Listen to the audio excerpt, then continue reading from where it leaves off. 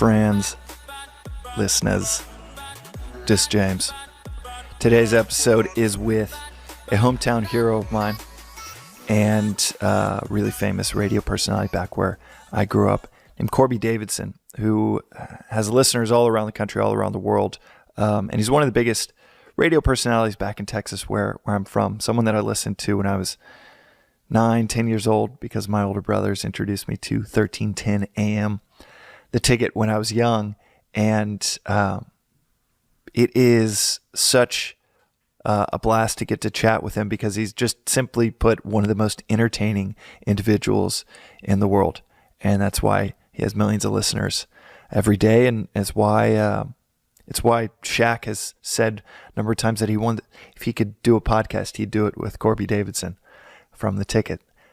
So I think you're going to really enjoy today's episode. We cover a whole host of topics, one of which is on actually interviewing, because he's interviewed about 5,000 people in his career. And it is something that I'm obviously, I could learn a lot from his experience as I start to do it more often with this podcast. A little more about Corby, and this is straight from his Wikipedia page, not changing a word. He's also known as the Snake, the Cobra, friendly Cobra, and beyond just being a radio personality, he is also the owner of a Cobra farm in Lewisville, Texas. It was established in 1714 by Corby himself. The Snakes worship Corby, who they call the Cobra Whisperer, by bringing him dead rats that they found for him, which gives him his snake powers to brainwash the snakes. In turn, it's a really sad cycle when you think about it. Corby has won a Nobel Peace Prize for luring snakes out of the White House in 1903 during the Great Snake Parade. That's just, it's a fact because it's on Wikipedia. And Theodore Roosevelt thanked him personally with this Nobel Peace Prize. So that at least tells you a little bit about Corby or about his fans. Don't know which it tells you about more, but that is, again, word for word straight from his Wikipedia page. So we kick it off with talking about his 2 decades of interviewing people and what I can learn from it. And the rest of the conversation is just so hilarious and get to learn a lot about this guy that I've listened to for years.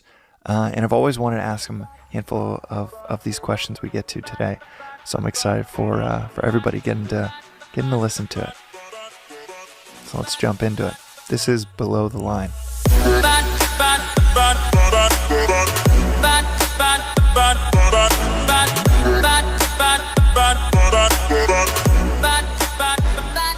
Corbs. James. Oh man. We're doing it. I know. It's a few weeks in. Cheers, sir. Cheers to you. Kick this off. Cheers. Our styrofoam cups. I have a bit where I've been just introducing a very weird drink into each episode, but today's episode is just water. Keeping it real. Well, I have a Crown and Coke. This is my post tennis match victory drink. So otherwise, awesome. If I would have lost, I would have been having water too. But that's awesome. Yeah. That is. Well, you drink it for the both of us.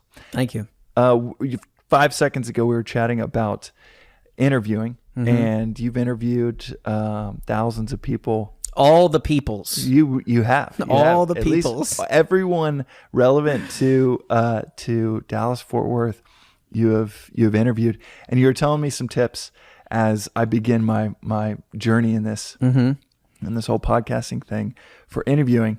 Do you mind telling me what goes through your mind when you're sitting down to interview someone? Okay, so it's strange because it's gone from full panic, having someone on and being 1,000,000,000% prepared and really over prepared, I think, to now, depending on who it is, obviously. I mean, if it's like a Robert Plant or somebody like that, then you want to try to make it unique. You want to try to talk to him about things that you think he hasn't been asked, which is impossible, but still you want to take that approach.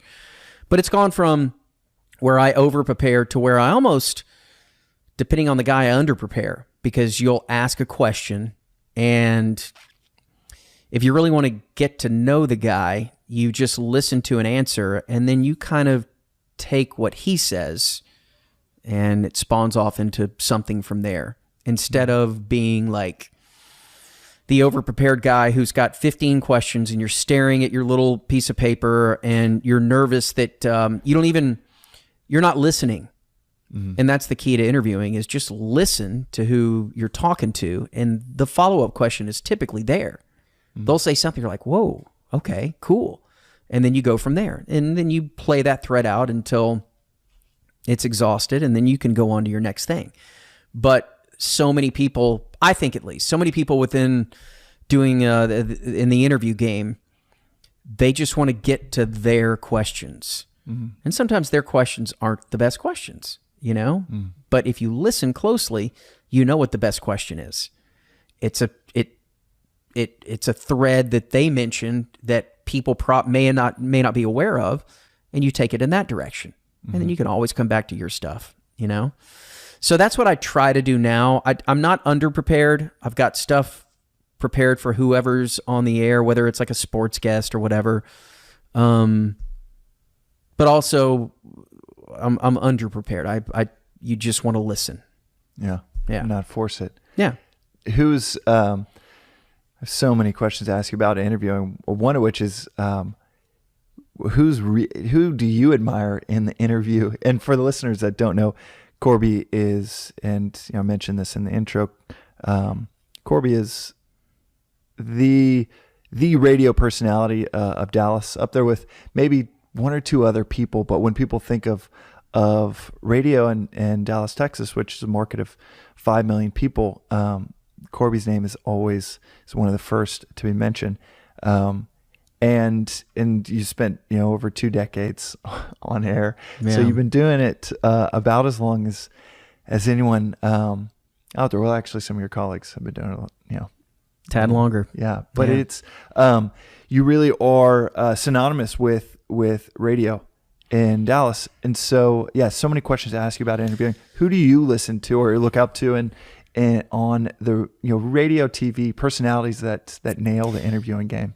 Howard Stern's number one, and always will be for me. How come? There's something about him that there's a calmness to him, even though people think that Stern, when that name is synonymous with shock jock and all that, but there is no doubt about it. That guy understands how to interview people and how to let the game come to him. People may think that it's all about, how big are your boobs or whatever with that guy, but it's especially here in the last probably 2 decades, he's transformed himself, I think persona-wise, perception-wise, from this guy that people are freaked out about because he carries the stigma with him to, my God, this guy understands the interview game more than anybody. And he really, really does. He's so patient with whoever he's talking to.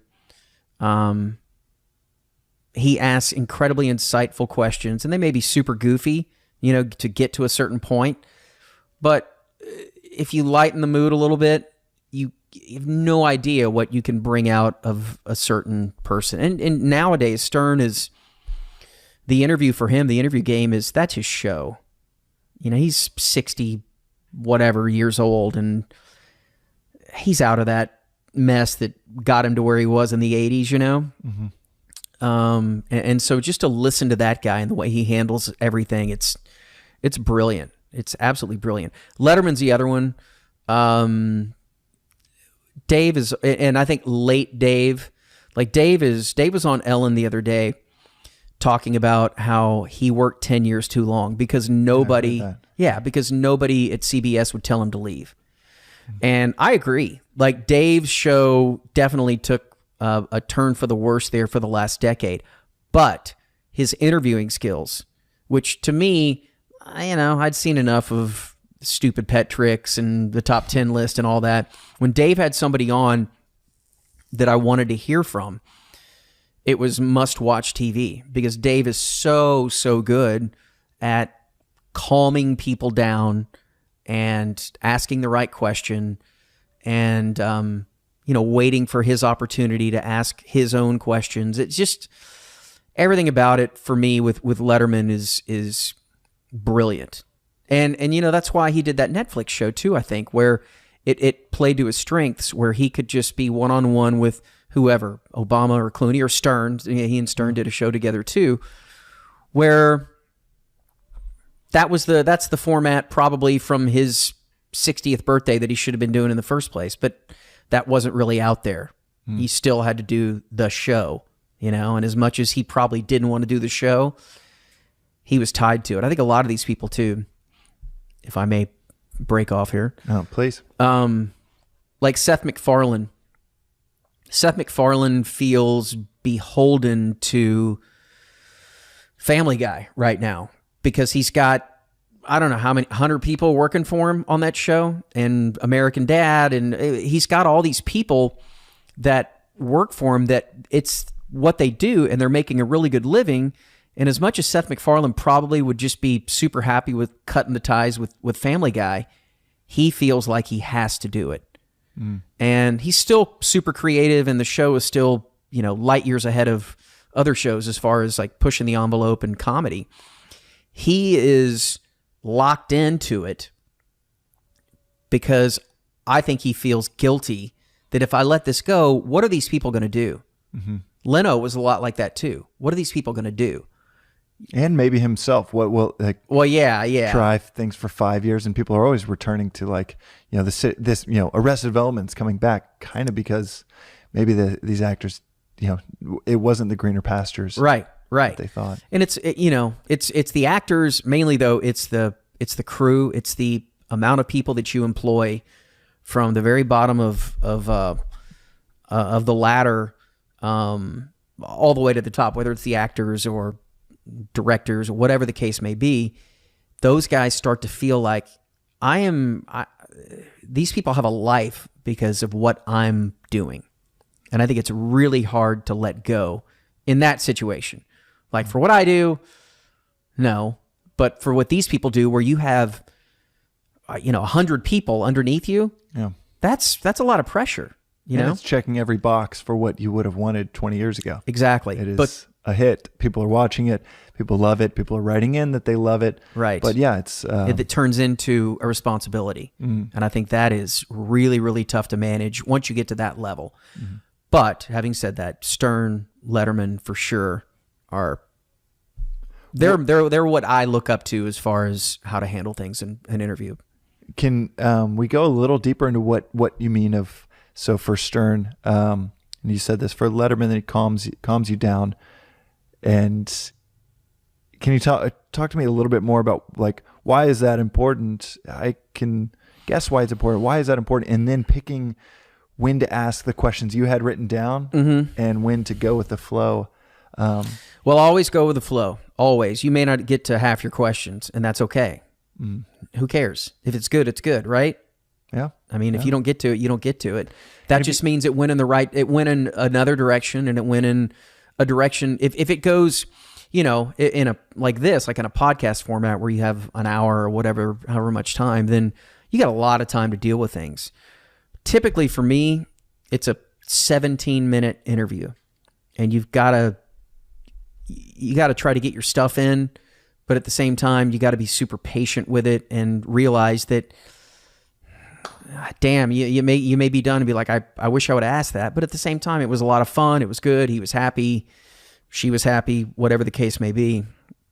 There's no template.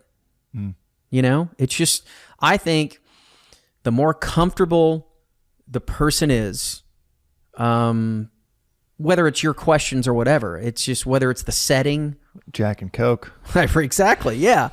The more comfortable that they are, the better it's going to be, right? Like that's every situation in life. The more comfortable you are, whether it's a dinner or a business meeting or whatever, the more comfortable you are, the better it's going to work out. You have to make sure that they're comfortable, and that they're relaxed, and that they know that you're listening, and that this may not be some sort of bullshit. I've got 7 minutes with the guy, and I'm going to ask all the same questions that I've been asked 500 times.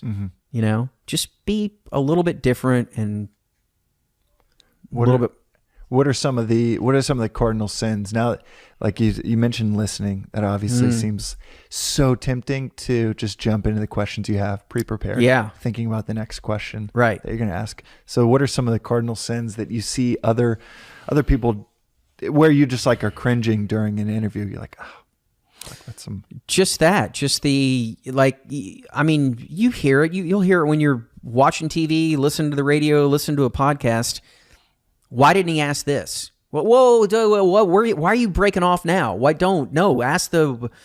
why did he go to Istanbul or whatever? Right. You know, like, what's going on there? Why are you doing that? That is the best interviewers, the best podcasts that I love listening to, or radio interviews, or where I'm thinking a question in my head. Yes.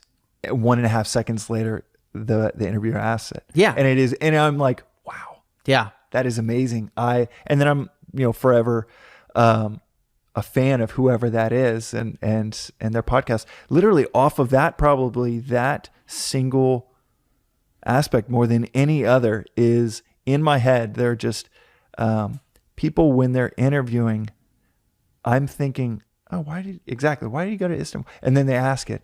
And that actually happens super rarely. Maybe it's because it is so tempting to not listen. Well, or to just make sure the next question is amazing. And I believe that, like, this format for the people that are good at it, then this is the perfect format for just the basic interview. Like, it's one format thing being podcast. Yeah. Because you have unlimited time. You have a situation where if you say, like, hey, you know what, I don't like that. Let's go in a different direction. It's not awkward. You're like, oh yeah, it's cool. We can edit that out. Like, this is the most relaxed form of interviewing you could possibly have. Mm-hmm. Because if someone's pissed off, they're pissed off, and you can stop me like, whoa, hang on, let's back off here. Now that may be a good thing where you're pissed off and you get going in that direction if they're cool with it. But the standard radio or TV format, TV is the worst. TV, as great as Letterman was, Letterman always had 10 minutes. He may have carried a guest over for 15 minutes or whatever. And you had 2 little 7-minute segments with him. Mm-hmm. And there are some that are iconic for Dave. But I think that's where Stern and anybody in radio has an advantage, where you can carry something over. And TV is so regimented that there's no fucking around with, hey, I'm going to take this. I was supposed to break here, but I'm going to take this an extra 9 minutes. Mm-hmm. That's not no, you cannot do that in TV. With radio, you can. You're going to have to rob Peter to pay Paul, which is a very famous saying in the radio business, where you're going to have to pay for that break at some point. But this obviously is the ultimate of. You're not beholden to sponsors. You don't really have to do anything. You just kind of do what you want. So this is really cool from that standpoint. Yeah. Well, and you, I want to touch on one other thing that you mentioned on this before we move on. You mentioned Gordon Keith, who's one of your colleagues. Mm-hmm. I take it you said he's great at interviewing, but what was the you said something about he can get honesty. Anything out of it. He gets people to tell the truth. So Gordon does the morning show. He's part of the, same outlet that I'm on, and he's on the, does a morning show. And it's not so much, Gordon's going to sit there and interview sports guy, but Gordon with a wireless mic from the get-go at the radio station, he would, just being himself, get people to say things you're like, I cannot believe they're admitting to that. I can't believe it. And then, you crib from people and you massage them enough. And that's what I started doing. You learn that, wow, I can do this too. I can get this out of them. Things that never should be said on the air, that I would never say, that they'll admit to. And I don't know what it is. And like we were saying before, the microphone is incredibly powerful. Where it should be a deterrent, it's the opposite. It gets people are more honest when And I don't, why would you be more honest when it's something that's being recorded that theoretically could be broadcast to the entire world at some point, where you would think that you would want to be a little more, Guarded, you want to you want to be a little more guarded. No, it's the opposite. So I learned a lot from Gordon early on, like in the 90s, seeing him work. I'm like, all right, let's see if I can pull this off. And again, with like a wireless microphone with just random people, it's more about you initially meet them and you make them feel comfortable. He does that. And both of you do that so well, where it's the intro, the first 2 seconds of the interaction is so warm. Yeah. It is so, right. It's just like, hey, how you doing? And then, Gordon will throw in a curveball that is like, just asking for a controversial scenario to unfold after the kindest, probably wearing the biggest smile. Right, for sure. And you're always, and that's the other thing, is that with 95% of these people, you have, they know, well, you have an advantage because most of these people listen, and so they kind of know what they're in for. But if you kind of got a smile on your face, and you're looking at them and you're eye to eye and you're 5 feet away from, or 5 inches away from them, they're cool with it. And it's a weird vibe. I don't know if it works outside of the ticket that way with the wireless microphone. I don't know, but for whatever reason, it works for us. And for people listening around the country or world, it is, and this show is really for people that entrepreneurs, founders, people that are early stage employees, early stage companies, and I think there's a lot to take away from this. There is one is just interesting, the phenomenon around the microphone, which might not be directly translatable to most people's lives, but that is one. I will say that is so true. The microphone, it's like nature abhors a vacuum. Yes, and you just sense that there's this massive vacuum right on the other side of this cord. Yeah. And it really does pull out honesty. I also think podcasting is just a unique, I mention this almost on every episode, so I need to shut up about it. But podcasting, it just feels, it's an unencumbered conversation. And how often in our lives do we even get this type of conversation? You never do, unless you're at a bar and most of the time in your 20s. Outside of that, it just doesn't happen. You may do it with your really close friends every now and then, but you never have this long of a conversation. I don't know how long we've been talking, 20 minutes or whatever. That's just super, super rare. Yeah. And it's so especially awesome. Now. Right. When your phone is gonna, someone's gonna call, or someone's just gonna get a sense that what I'm talking about, I know that I can do this, where I'm like, what I'm talking about with this person over coffee or lunch or just, shooting the breeze might not be that interesting. In any moment they could leave. Yeah. And I think it's, I imagine many people think that, and it's this thing that I'm really loving, just the conversation, the fact that you can just sit down and have a real conversation with someone.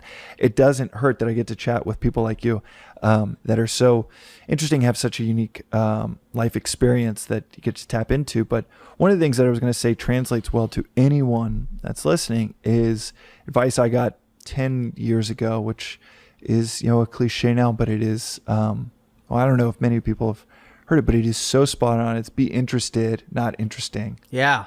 And it's, I think about that. Yeah.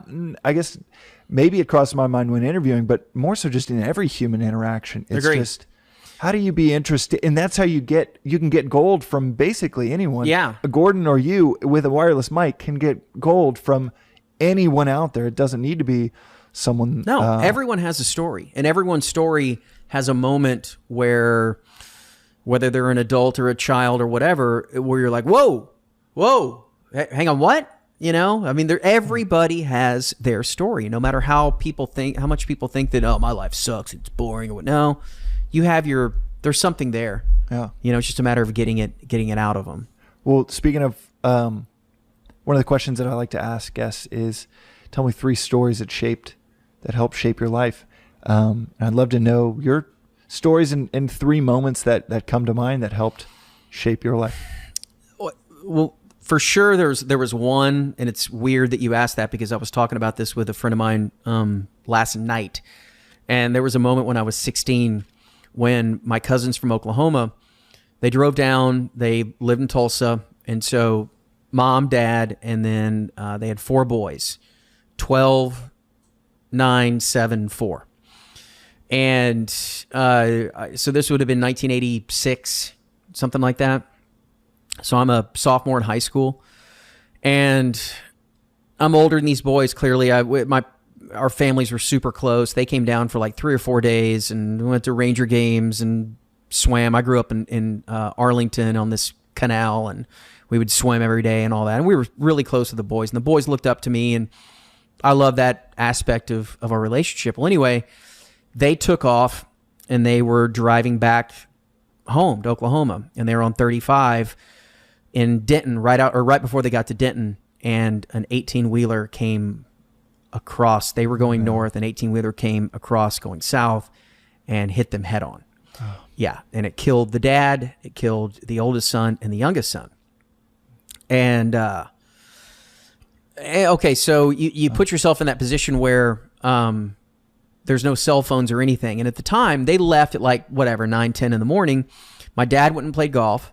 My mom and my sister was 2 years older, so she was a senior. They went to the mall. They went shopping. I went to work. I was working at a grocery store, like Sacking Groceries at the time. So I went from, I don't know, 9 to 10. I don't even know how long my shift was, but I got home, and the minute I walk in the door, the phone's ringing. I answer the phone. It's my grandpa who lives in Oklahoma. And he told me what happened. And it had happened a couple hours earlier, and they just couldn't, just think about it. I mean, that happened all the time back then. You can't find people, that's just part of it. And so I'm freaking out, obviously, learning this information at that age. And I've got to track down my mom and whose family it was. And then I got to find my dad too. And I remember being 16 and thinking to myself, like, this is so fucked up on so many levels that I have to do this. My whole life up to that point had just been like not any, but a lot of 16-year-olds where it was the easiest life ever, and you just kind of skirt through it and have fun, and life is fun and all that. And I remember calling the mall and trying to get in touch with my mom, and because I knew she was there, I knew which mall she was at, and having them track her down and telling her. And I couldn't get in touch with my dad. I'd called the golf course, and they were trying to find him, but telling my mom that, and then finally telling my dad that. And then, just going through that, going up to the hospital and with the boys, the 2 boys that survived, who I'm friends with today, but like talking to them about it, and it was a very big. How old were they? They were 9 and 7. Oh. So the 12-year-old and the 4-year-old were killed, and they survived without a scratch. Yeah, so screwed up. But like just that whole moment of, oh my God, my life is not this fairy tale, Mm-hmm. Like it puts you in this place of shit. Life is real. Like you hear about these things, but you never hear about these things happening to you. This is real. And so it kind of taught me at that time about your own mortality. And I remember talking to the mother, and she was because we went to the car and we had to get bags out of the car, and she was asking me about blood and things like that. And I'm like, I remember lying to her, and like, no, it's not that bad. It wasn't that bad, and their mother? Yes. Yeah, she's in the hospital asking me about when she knew I went and got the things out of the car, and it was just one of those moments where it sucked, but you realize that you're part of this cog in this engine where you're not going to get out of this unscathed. And it wasn't even my family, it was my family, but it wasn't my immediate family. But at the same time, I'm like, man, This stuff happens. This is what life is. Yeah. That was a huge like wake up call. Another one for me, which is on a much lighter side, was in college, going to TCU. And I mean, I was the biggest fuck up in college. I mean, I just, whatever. It's almost like Animal House, stereotypical, like my college experience. And I'm not even kidding. It was a zoo at all times. School was just not very important to me. But I remember all my friends got out, they graduated. And after like some 4.5 years, and I'm still like sitting in there in college. And I remember, I remember getting a couple of phone calls from friends like that got jobs. Like legit jobs when I'm 22, 23 or whatever. And I don't even remember how much longer I had in school, but I remember them telling me that I had a job, that they had jobs and that this is where their life was headed. And I remember feeling like so inadequate. Like, what am I doing? What is happening in my life? Like left behind. Totally. Because you don't realize that at that age, there are so many people, whether you're 18 or 22 or 25, people just don't figure it out at the same time. They don't. And I certainly had no idea. And everyone is trying to figure it out in their own solo way. It's like you socialize together 30 hours a week. Yeah. But then that solo ambition, career, figuring out, like no one really talks to their friends about that. So you only you figure that out at the end of senior year. I had like a panic attack though, driving from Fort Worth I was waiting tables at the time. And I remember like seriously having to pull over because I was thinking about my friends working and like the so-and-so would come up to you and be like, so, what are you doing? Well, I'm working for Anderson Cooper, or whatever. Mm-hmm. What are you doing? I'm waiting tables. And I had this total 1,000,000,000,000% panic attack. And where did you were in your car? In my car. I will never forget where I was on 30, right by this church that my parents, that I grew up at from a young age, like St. Paul Lutheran Church. I remember pulling over on the side of the road and like heaving, like, what am I going to do? What is my step where I can be proud of what I do? Which again is so stupid to think of at that age, but you don't know. You don't have any idea about what your life should be, or that really people don't give a shit. Mm-hmm. If somebody that was 30 years old or 40 years old or 50 years old at the time would have been like, hey, what are you doing right now? I'm waiting tables. Oh, okay, cool. Right. Like right now, I'm 49 and I'm thinking if some 22-year-old kid that I know, I'm like, what are you doing now? I'm working at the Gap and just hanging out or whatever. Oh, all right, that's cool. You don't care. Yeah, no, I've heard it described that it is like when older people ask children, even when they're like 8, what do you want to be when you grow up? Or when they're 22, what are you doing for? It's like poking a bug.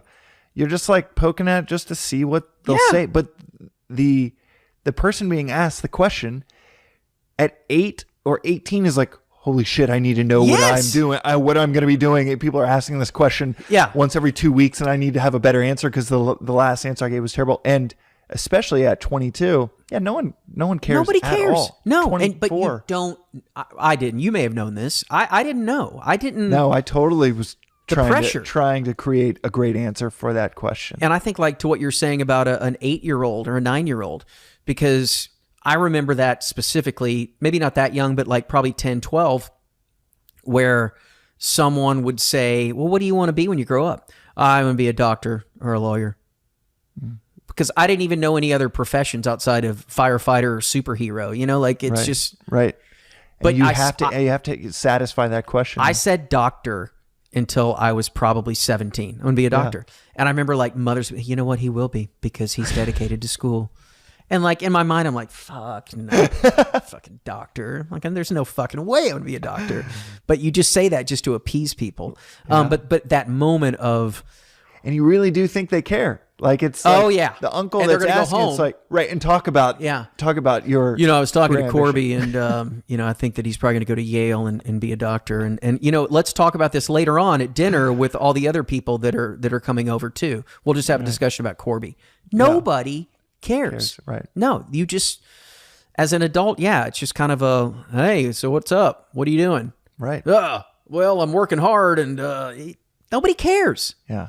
So that was that was a big come to Jesus moment. And I thought to myself, as I was pulled over on the side of the road, what am I doing? And then I kind of went back home and gathered myself and thought, what do you want to do? Because I still had no idea. And I thought to myself, all right, I really, really like listening to Howard Stern. I think he is awesome and he has a ton of fun and the people around him have a lot of fun. I want to do that. And so at that moment, I thought that was, that was my path, that I wanted to try it at the very least. And I remember telling my friends that too. And the amount of laughs that I got, like, oh, right? Really? Right. As they're all buying boats and things like that. What's so hilarious is like, I'm thinking to myself right now, I'm like, yeah, right. Yeah. And I'm literally talking to my radio hero right now.